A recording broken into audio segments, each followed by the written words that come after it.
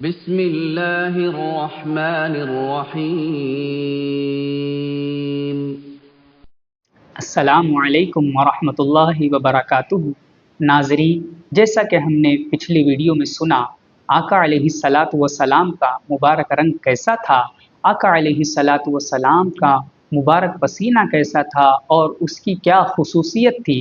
حضرت سلمہ اسے ایک شیشی میں بھر لیتی تھی اور آقا علیہ الصلاۃ والسلام کے اس مبارک پسینے کو بطور خوشبو استعمال کیا کرتی تھی۔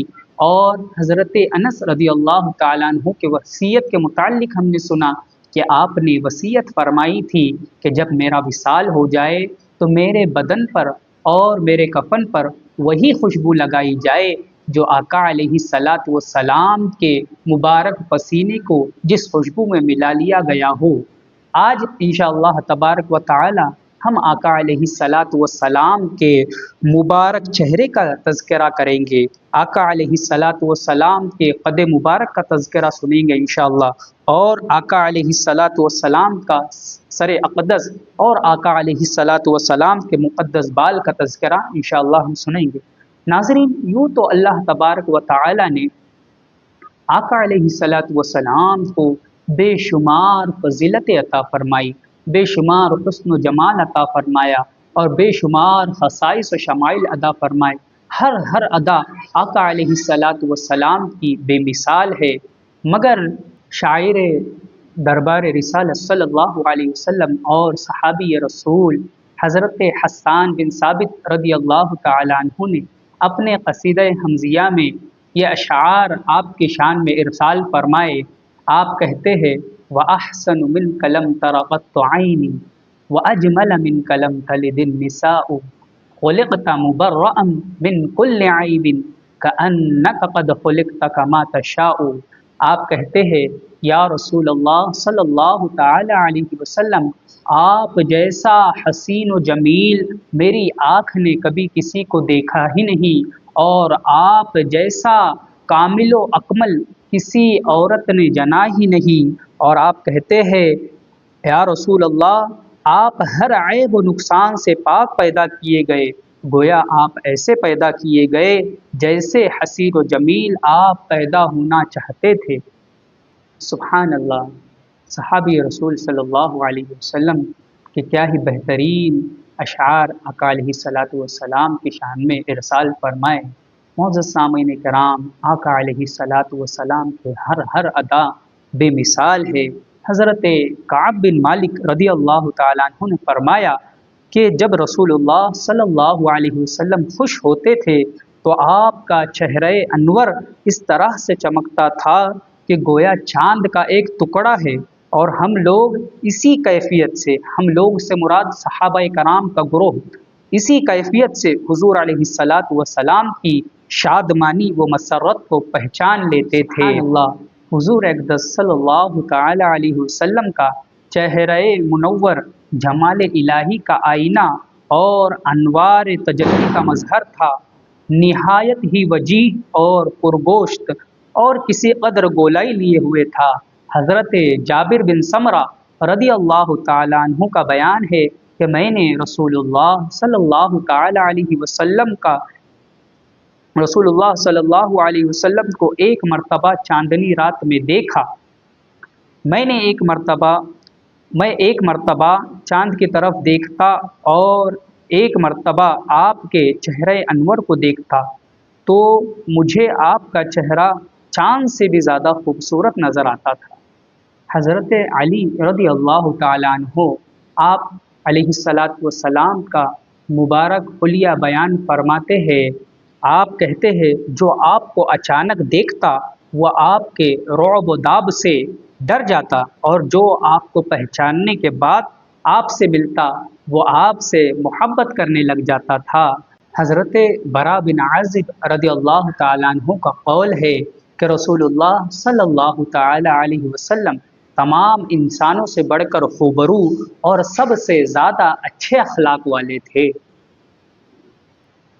حضرت انس رضی اللہ تعالیٰ عنہ بیان کرتے ہیں کہ حضور انور صلی اللہ علیہ وسلم نہ بہت زیادہ لمبے تھے اور نہ بہت زیادہ پست قد تھے، بلکہ آپ درمیانی قد والے تھے اور آپ کا مقدس بدن انتہائی خوبصورت تھا۔ جب چلتے تھے تو کچھ خمیدہ ہو کر یعنی کچھ جھک کر چلا کرتے تھے۔ اسی طرح حضرت علی رضی اللہ تعالیٰ عنہ بیان فرماتے ہیں کہ آپ نہ طویل القامت تھے نہ پست قد، بلکہ آپ میانہ قد تھے۔ بوقت رفتار ایسا معلوم ہوتا تھا کہ گویا آپ کسی بلندی سے اتر رہے ہیں۔ میں نے آپ کا مثل نہ آپ سے پہلے دیکھا نہ آپ کے بعد۔ اس پر صحابہ کرام کا اتفاق تھا کہ آقا علیہ الصلاۃ والسلام میانہ قد ہے، لیکن یہ آپ کا آپ کی معجزانہ شان تھی کہ میانہ قد ہونے کے باوجود اگر آپ ہزاروں انسانوں کے مجمع میں کھڑے ہوتے تو آپ علیہ الصلاۃ والسلام کا سر مبارک سب سے زیادہ اونچا نظر آتا تھا۔ سبحان اللہ۔ حضرت علی رضی اللہ تعالیٰ عنہ نے آپ کا حلیہ مبارکہ بیان فرمایا۔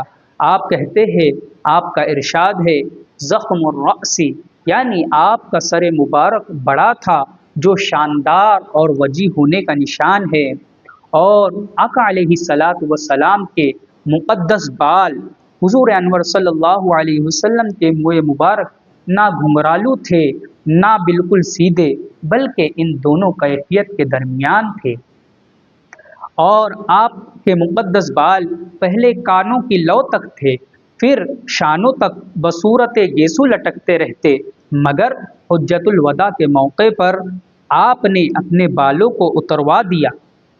ناظرین، آقا علیہ الصلاۃ والسلام اکثر بالوں میں تیل بھی ڈالا کرتے تھے اور کنگھی بھی کیا کرتے تھے۔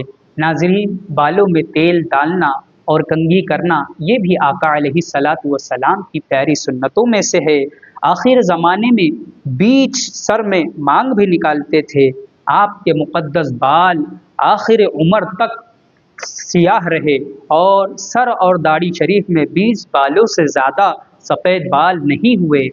حضور اقدس صلی اللہ علیہ وسلم نے حجت الوداع میں جب اپنے مقدس بال اتروائے تو وہ صحابہ کرام میں بطور تبرک تقسیم ہوئے، اور صحابہ کرام نے نہایت ہی عقیدت کے ساتھ ان مبارک بالوں کو اپنے پاس محفوظ رکھا اور اس کو اپنی جان سے زیادہ عزیز رکھتے تھے۔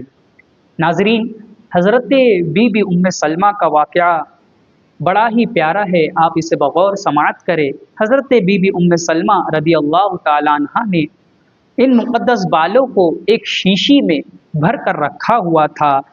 جب کسی انسان کو نظر لگ جاتی یا کوئی مرض لگ جاتا یا کوئی بیمار ہو جاتا تو حضرت بی بی ام سلمہ اس شیشی کو پانی میں ڈبو کر وہ پانی اس مریض کو دے دیتی، اور اس پانی میں جو آقا علیہ الصلاۃ والسلام کے مبارک گیسو رکھے ہوئے تھے اس شیشی کو ڈالا جاتا تو اس پانی سے اس مریض کو شفا حاصل ہو جاتی تھی۔ اگر نظر بد لگی ہوئی ہے تو اس پانی کی وجہ سے وہ نظر بد اتر جایا کرتی تھی۔ آقا علیہ الصلاۃ والسلام کے وصال ظاہری کے بعد بھی آقا علیہ الصلاۃ والسلام کے مبارک گیسو مریضوں کو شفا دیا کرتے ہیں۔ شاعر نے کیا ہی خوب کہا ہے، گھماتی ام سلمہ پانی میں منہ مبارک کو، گھماتی ام سلمہ پانی میں منہ مبارک کو، مریضوں کو شفا دیتے میرے سرکار کے گیسو، مریضوں کو شفا دیتے میرے سرکار کے گیسو۔ ناظرین، اسی طرح کی معلوماتی ویڈیوز دیکھنے کے لیے ہمارے چینل کو سبسکرائب کریں